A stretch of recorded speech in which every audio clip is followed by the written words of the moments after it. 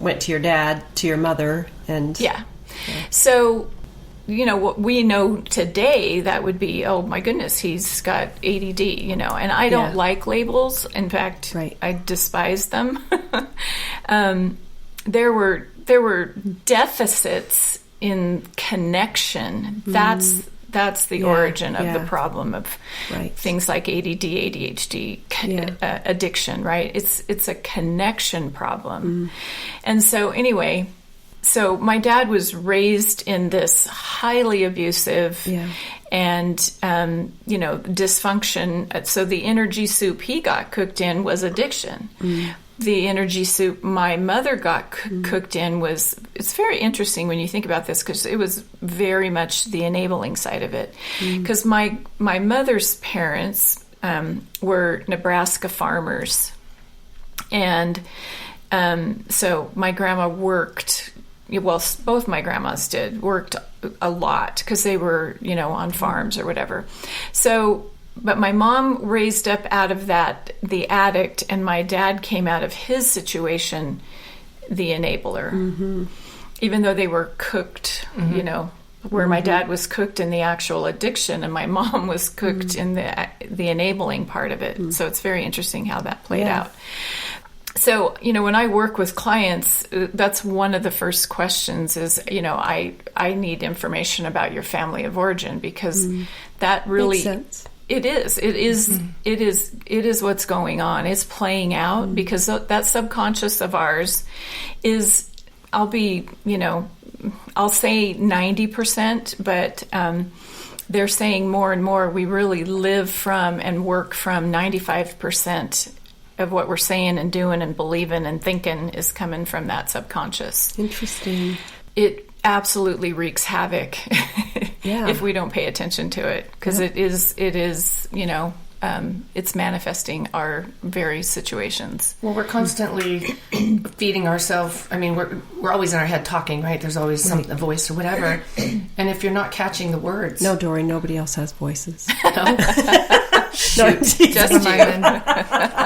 Well, sometimes my voices argue with each other. So does yours do that? And then I have to go in and referee and say, now listen here, guys. No. Yeah. But but what I think happens too is we're not aware that words are constantly going through our mind, or images or whatever. And if you were to stop for a minute and hear them, you'd probably a lot of times... You'd be aghast. Yes. Yeah. And you would not even talk to your own friends that way. Exactly. Or... Well, even thinking about, as children, how we simmer in this pot, of seasonings. Whatever's going on. And that affects our flavor as we move on in our life. I mean, it just makes so much sense that we don't, and it's just in us. And that is the core and the crux of quantum physics and epigenetics. Yeah. So something that was very pivotal for me is, growing up in this household. Now, so my dad's personality, I always say, my dad's middle name was Go. He just, and he was a yellow personality, and he made a friend everywhere he went. And he loved to have fun. So thank God for my dad. Because he really, he made an otherwise hellish existence just, bearable. Brought some life into your family. Yeah, he really did. So you asked me kind of why I got into the work that I do. So I wanted to leave that house as quickly as possible. So I did. But what happened was I got introduced to a particular religion and a lifestyle that I thought I could really, wrap my head around.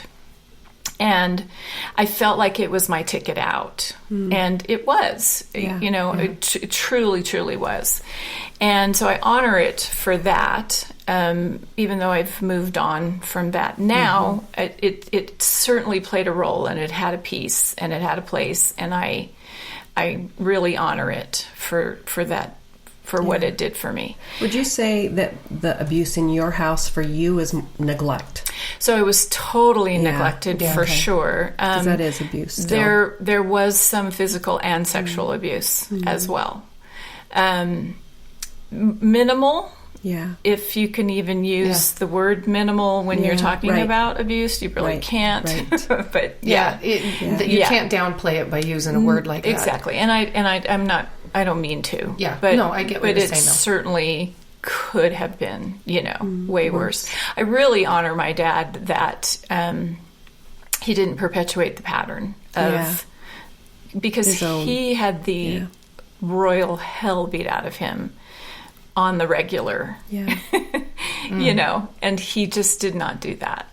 Yeah. At least to the girls. Yeah. Now I have an older brother, and he chooses to not have a ton of contact with us, and that's fine. He might tell a different story. Yeah. Well, which makes sense because the dad took the boys in his family. The dad took the boys, and look at you, Lori. You're catching on. Yeah. And good job. And everybody's perception. Of what they're in that soup. You might be a carrot. And he was taught that's what a dad does. And so but their perception growing up is you can grow up in the same household and have a different perception of what was going on, right? Depending on how you were. So true, true. In fact, so much so that I went to my sister. I told my sister, just older than me, about the sexual abuse, and she looked just as completely stone-faced as she just looked right at me and said, "That did not happen." Oh wow! Yeah, and what I understand now, having done the work that I've done for 20 years with other people, is it likely happened to her, but by her saying that did not happen, she maintained the separation from that emotionally she needed. And I just, okay. Yeah. No problem. I certainly didn't make it up, and I was 17 years old, so it's like it was pretty vivid memory. Well, you tell us a little bit about how you started to remember these things, because it's not like you came out of that situation with your family and knew all of that was going on, like the way you're explaining it. Right. Oh, exactly. I know you're trying to do the best that you can so that people can understand, how you've gotten to where you are, but explain a little bit about what happened that jogged your memory for some of these things to come up. There was lots of different, traumatic events, and one in particular that I'll share about was just very, very pivotal for me. Fast forward. So I left my family of origin. I joined this group that I felt, very. I felt an extreme amount of allegiance to. And then I met my husband. We got married, right? Okay, now fast forward. We have 3 little boys, and like any good father, he wanted to have the boys honor me on Mother's Day, and him too. And I was like, I just turned into a monster. I couldn't handle them honoring me. Interesting. When you told me this, I was like, I can't imagine her a monster. I've known her a long time. And the way that you described some of the ways that you would behave, I was just like, that's a different person. Does this happen every Mother's Day or just specifically this? Well, this one? Every Mother's Day. Yeah. I just turned into the Wicked Witch of the West. And the way I can describe it now, because I have this, I have the panoramic view. I get it now, exactly what happened and why and all of that. So in this panoramic view, what was happening was it was, have you ever heard of or seen the movie Invasion of the Body Snatchers? Yeah. Okay. That is what it felt like to me. Just that title is like, there was some force or some entity inside of me, and it was taking over. Like I was not in the driver's seat. And it just absolutely took me over. And so I was this not very nice person.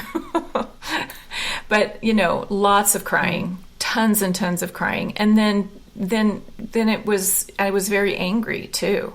And is that your pain or your memories? What do you describe that as now? I mean, that body snatcher invasion. I'll explain it. Okay. Yeah, I'll explain it. So, they'd come at me with, maybe this sweet little gift or something, and I wouldn't accept it, and I know I caused damage to them because it was sweet little boys offering from their heart, and I crushed it. I just killed it, and there was a part of my mind going, why are you doing this? Yeah. And then yet this bigger part that was in control was doing it. Wow. Right? Mm-hmm. So anyway, fast forward again, and it got to the point with my husband where a week before Mother's Day every year, he'd go, can you be nice this year? Oh my gosh. Could you please just, smile and be nice? Just pretend. Yeah. And I was just and I tried to explain it to him, because I could feel it welling up. And I tried to explain it to him, and anyway, I caused a lot of trauma, I'm sure, just around Mother's Day. Anyway, so fast forward again now, and I had just this desperate desire to heal. Two very key people placed in my path, and I began to get the help that I needed. And so as I'm moving through this, course, I was taking it completely for personal enrichment. I had no idea, never wanted to really do it as a business, but it was, emotional release. And so, oh boy, did I have some emotions to release. Sounds like it. I pretty much didn't wear makeup for a year because what was the point? And so anyway, I had a memory that started to surface in this process. Wow. And today I have total recall of what happened. And I have zero emotional attachment to it. Now, when it first started to bubble up is the way I would describe that. When it first started to bubble up, I'm like in the corner in the fetal position. Like I'm a hot mess. Wow. And I don't know what's going on, right? Yeah. Anyway, what ends up coming to my awareness is that when I was 9 years old, and the sister just older than me was 16. So she could drive, and I could not. And anyway, she and I together saved our mom's life from a suicide attempt. My mom was done. Wow. She, wanted out. And so anyway, my sister and I carried my mom down the hallway, out our front door, and my dad was sitting on the couch behind the newspaper, and he turned the corner of the newspaper down, looked at us, and then quickly flipped the newspaper back up and continued to sit there. So she did a drug overdose for her suicide attempt. Yes, totally. And so honestly, people say, weren't you so angry at your dad? And I was never angry. Never, ever angry at my dad. And people hear that story and they're like, but he sat there on the couch. He did nothing. And it's like, but I understood something about him in that situation, and I'll explain what that is. So anyway, long story short, my sister and I get my mom out to the car. We get her to the emergency room. Oh my gosh. And my job at 9 years old, because my sister could drive, was all my sister said to me was, you just have to be in the back seat with mom, right? So there I was in the back seat. I was sitting on the floorboards of the seat, or of the car, and she was grossly swollen, and blue. Her lips were blue, and her tongue was blue. And I don't, I'm 9. I don't have any training whatsoever, but I knew exactly what to do. I feel like the information just got put into my brain, you know. So I put my hand in her mouth, and I pushed her tongue down and over to one side, So she could breathe. So she could breathe. I didn't know what I was doing necessarily, but I could then see that that was helping. So for 15 miles,